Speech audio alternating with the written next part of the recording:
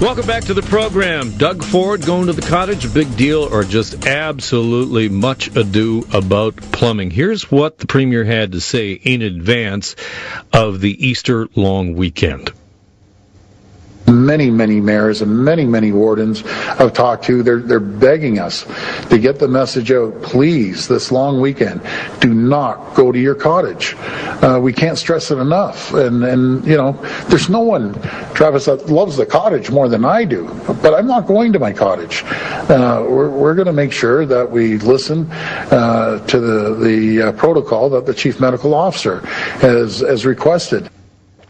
That is Doug Ford in advance of the Easter weekend, and it has turned out that Doug Ford indeed did go to the cottage. His office putting out a statement saying that the Premier went up to check on some plumbing. He went by himself. He just drove there, and he drove back. So the Premier will be speaking in about 15 minutes' time, and there will be questions about that today. And the question, I think, for you is it a big deal, or is this just nothing to see at all? Randy Hillier is the MPP for Lanark, Frontenac, Kingston. He is an independent MPP. He formerly was with the Progressive Conservative Caucus, and he joins me on the line. Hi, Randy. Good afternoon, Alan. Big deal or nothing to see here? Well, listen, there's only one person who has mustered up all the sincerity, all the emotion to convince people to stay at home and not go to the cottage, and even said that he wasn't going to go to the cottage. And what do we find out?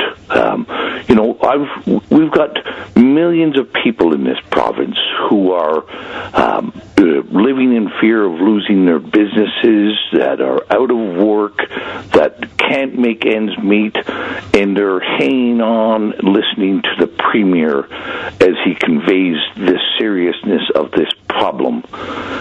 And then we find out he was packing the bags to go up to the cottage and living a completely different way than what he was telling everybody else to do. Is it a big deal? I think it's certainly a failure in leadership, Alan, to try to convince people to go in one direction when you're heading in a different direction. One of our recent callers on the program said, quote unquote, going to the cottage means something entirely different than I just drove up to check on the plumbing. I'm wondering what your reaction is to that. Well, listen, my sense, and I think most of your listeners will agree, and it was conveyed, that there is a significant risk, a risk of transmission, a risk of spread, too dangerous to leave your homes and to go to the cottage. Right? I didn't ever hear that qualified at any time, Alan, but if it's only for a short visit, or if it's only because of whatever, it was never qualified. The risk was demonstrated to be too great to leave. But the Premier did say, and I believe it was Thursday, that he said, quote, when you go up north, if you want to check on the plumbing in your cottage or see what's going on up there, this isn't going to be the typical May 24th weekend. He was asked about, of course, the upcoming long weekend. I mean, that's not him saying I did exactly that several weeks ago, but, I mean, does that change your opinion at all? Well, the message has been changing without a doubt. And even what we're permitted to do today is different than what we were permitted to do at Easter weekend, Alan. So, but the messages have been contradictory and ever changing. I judge people by their actions more than their words, Alan. What this clearly shows is hypocrisy knows no bounds in elected office. You just can't. If this is so serious that you're telling all these people that whose businesses and livelihoods are in jeopardy, and that we're doing these things to protect us, how can you turn around and act in the exact contrary manner. I'm speaking with Randy Hillier, who is MPP for Lanark-Frontenac-Kingston.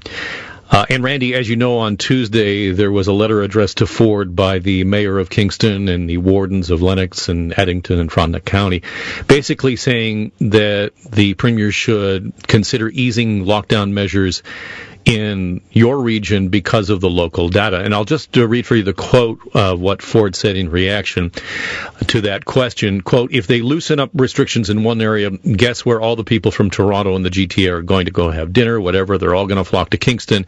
And I don't think that would be very fair to that jurisdiction to have all those people coming in one shot like that, unquote. In other words, saying no to that idea. What did you make of that, Randy? Well, I thought it was pretty limited in its understanding.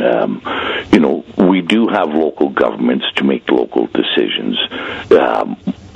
All the evidence that I've seen is that people have been taking this pandemic with all seriousness, being very responsible, being very considerate of others, being very respectful. I don't believe all of Toronto would have left to come up to Kingston, personally. But I did support that Kingston resolution, and I think it was the proper way of doing it, recognizing that the level of COVID infection and the seriousness of it and the spread of it is different in different regions. So we ought to be acting differently with the different levels of infection rates and risk. You would like to see something that they've done in other jurisdictions with maybe color coding, say, okay, Kingston is a green zone and, another area would be orange and Toronto would be in the red zone because of the number of cases that we have here in the 416. Well, we obviously have population density is a factor both in the number of cases and the ease of transmission. So that has to be or ought to have been taken into consideration. When you have a higher risk, you ought to be doing different things than if you're at a lower risk. How many cases have there been in Kingston as compared to Toronto? How many cases have been in Kenora or Hearst or Timmins? This is a big province. Geographically, larger than most countries or many countries. And to think of it as only or responding to it as it's all of Toronto was somewhat it's not justified. Randy Hillier, always great to talk to you, Randy. Thank you so much for being on the program. We'll look forward to seeing you at Queen's Park next week. All right. Thank you, Randy.